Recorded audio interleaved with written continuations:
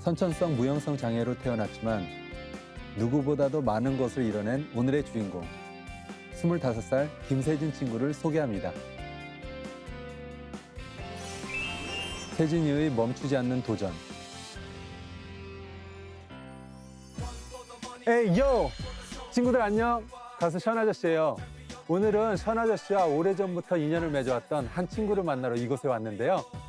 정말 대단하고 션 아저씨가 너무나 좋아하고 존경하는 친구예요. 누군지 궁금하죠? 그럼 오늘의 주인공 김세진 친구를 만나러 바로 가볼까요? 고고고! 안녕하세요. 안녕하세요. 네, 오랜만에 너무 반가워요. TV를 보는 친구들에게 간단하게 자기소개 좀 부탁할게요. 네, 안녕하세요. 저는 장애가 있지만 수영을 좋아해서 11년간 수영선수 생활을 해왔고 지금은 또 다른 꿈을 꾸고 있는 25살 청년 김세진이라고 합니다. 친구들, 세진 친구는 장애인 올림픽을 넘어서 통합 올림픽에도 출전할 정도로 수영 실력이 정말 대단한데요. 감사합니다. 그동안 세진이가 겪었던 일을 느꼈던 점들을 우리가 함께 나누면 너무 좋을 것 같아서 오늘 이 자리를 만들어 봤습니다. 그러면 김세진이라는 친구가 어떤 인생을 살아왔고 또 어떤 사람이었는지 지금부터 키워드로 함께 이야기를 나눠보도록 하겠습니다. 첫 번째 키워드는 무엇일까요? 저희 첫 번째 키워드는 물에서 찾은 자유입니다. 물에서 찾은 자유? 어떤 의미죠?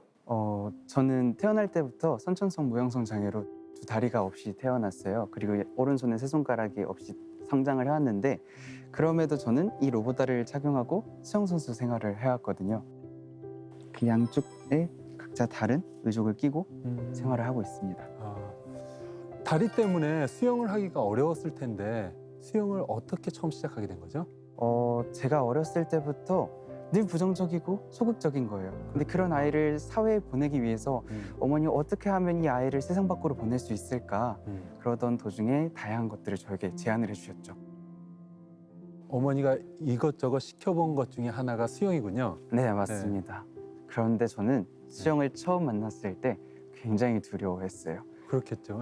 숨도 쉬지지 않고 발이 닿지도 않으니까 굉장히 저에게는 수영이 무서운 존재였거든요.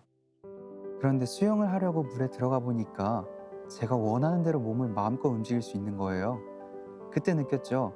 아, 물속에서의 나는 자유롭구나.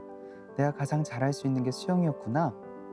물속에서의 자유로움에 푹 빠진 저는 그때부터 수영선수라는 꿈을 꾸기 시작했어요. 처음에는 제가 한국에 시합을 뛸 수 있는 곳이 없는 거예요. 그래서 무작정 일본의 한 도대회에 연락을 해서 시합 한 번만 뛰게 해달라고 부탁했었어요.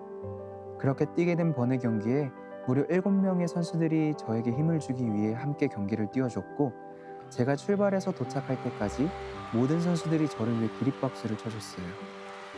저는 그날 받았던 그 박수가 지난 11년간의 수영선수 김세진을 만들었다고 생각해요. 오랜 시간이 지난 지금도 그날을 절대 잊을 수가 없어요. 와, 정말 감동이네요.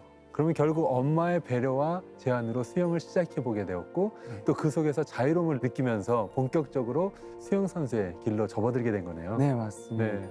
좋아하는 일을 즐기면서 하다 보니까 자연스럽게 성적이 따라오게 되더라고요.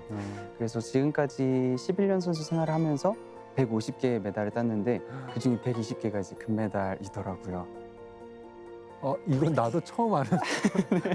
네, 근데 이제 뭐 여태까지 전국 장애인 학생대회에서 7관왕도 했었고 아시안 게임도 나가고 되게 다양한 챔피언십도 나가고 했었는데 한 번도 메달을 가지고 온 적이 없어요. 물론 기념적인 메달은 가지고 오지만 그 대회에서 금메달을 따도 저와 함께 시합을 뛰었던 꼴찌 선수에게 그 금메달을 전해주었어요. 어머니가 너처럼 꿈을 꾸는 아이들에게 그 메달은 또 다른 도전이 될 것이다. 또 다른 동기부여가 될 것이다.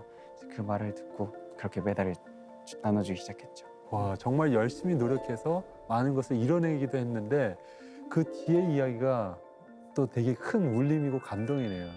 감사합니다. 이렇게 메달을 따갖고 본인이 열심히 해서 꿈을 이뤘는데 그거를 그냥 그거에만 만족하지 않고 또 누군가에게 바로 꿈을 꿀 수 있게 전해주는 거. 세진이 정말 멋있네요. 감사합니다. 두 번째 키워드는 무엇인가요? 제 인생의 두 번째 키워드는 더 넓은 세상으로입니다. 더 넓은 세상으로. 어떤 뜻이죠?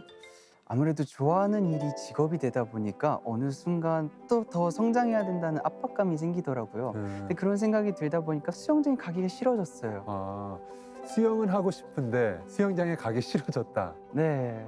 큰 고비인데요, 이거? 굉장히 큰 슬럼프가 왔었죠. 그래서 어머니에게 하루는 얘기를 했어요.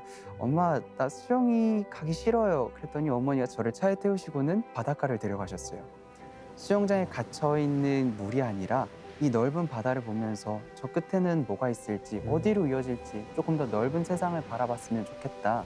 그래서 그 말을 딱 들었던 순간, 아, 그러면 내가 수영장이 아니라 더 넓은 곳, 이곳 바다에서 할 수 있는 경기를 한번 해보자 라는 새로운 도전을 꿈꾸게 되었습니다. 아, 그래서 수영장이 아닌 다른 곳에서 수영을 해보기 시작한 거군요. 네, 맞아요. 그래서 바다나 강에서 이루어지는 10km 바다 수영이라는 도전을 하게 되었습니다. 그러면 장애인 선수가 몇 명이나 돼요? 지금까지 참가했던 선수들 중에서 장애인 선수가 딱 2명밖에 없어요. 지금 저는 아시아에서는 최초로 또 최연소로 10km 대회에 출전을 했습니다. 그러니까 전 세계에서 딱 2명이고 네, 그 중에 1명이고 또 아시아에서는 유일한 네, 네. 선수네요. 와, 진짜 정말 대단하네요. 수영장에서만 하다가 네. 처음으로 강이나 바다로 나간 건데 힘들거나 두렵진 않았어요? 말만 들어도 너무 힘들 것 같아서. 수영장이 50m라고 하면은 50m를 왔다 갔다를 100번을 해야 10km의 거리가 돼요. 그렇죠. 그리고 네. 파도도 있고 또 수백 명의 선수들이 한꺼번에 뛰어들다 보니까 말이 10km지 그 이상의 것을 필요로 하는 종목인 것 같아요. 어, 장애인 비장애인 통틀어서 제가 한국의 유일한 10km 수영 선수였기 때문에 선례도 없고 정보도 부족해서 너무 힘들었고요. 실내에서 야외 수영으로 바뀌어서 없었던 파도가 생기니까 평소 연습할 때보다 몇 배는 더 힘들었어요. 물살도 너무 센데 물살을 거스르면서 쉬지 않고 수영을 하니까 결국에 체력의 한계가 오더라고요. 그래서 그 한계를 넘어서기 위해 매일매일 한강에 가서 열심히 연습했어요. 그렇게 열심히 노력한 결과 처음으로 나간 10km 수영 마라톤에서 저는 결국 무사히 완주를 할 수 있었고 대회 출전자 300명 중에 18세 미만 1위, 전체 21위를 기록했어요. 완주한 사람들 중 장애인은 저 하나였어요. 그때 아, 내가 해냈구나, 내 한계를 넘어섰구나 하는 생각에 가슴이 너무 벅차올랐고 정말 세상을 다 가진 것만 같았어요.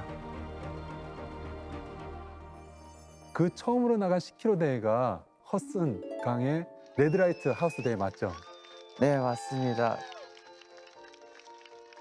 저희를 응원해 주셨던 분이 계시는데 그중에 한 분이 삼촌이시잖아요.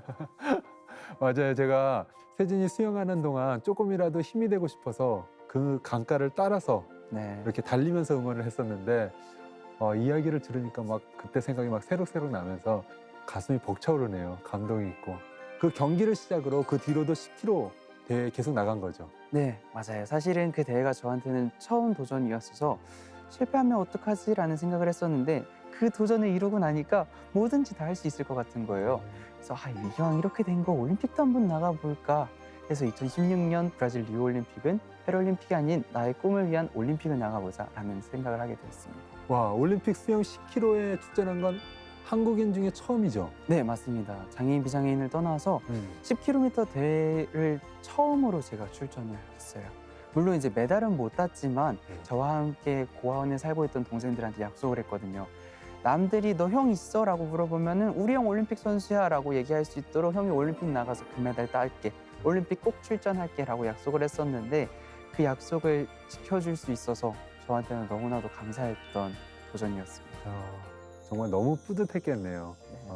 이미 할 수 있는 것에만 얽매이지 않고 계속해서 도전을 하니까 더 큰 꿈을 이룰 수 있었던 것 같네요. 맞습니다. 지금은 이제 수영 선수의 길을 그만두고 또 다른 꿈을 꾸고 있지만 앞으로 저의 삶에 있어서 도전은 계속될 것 같습니다.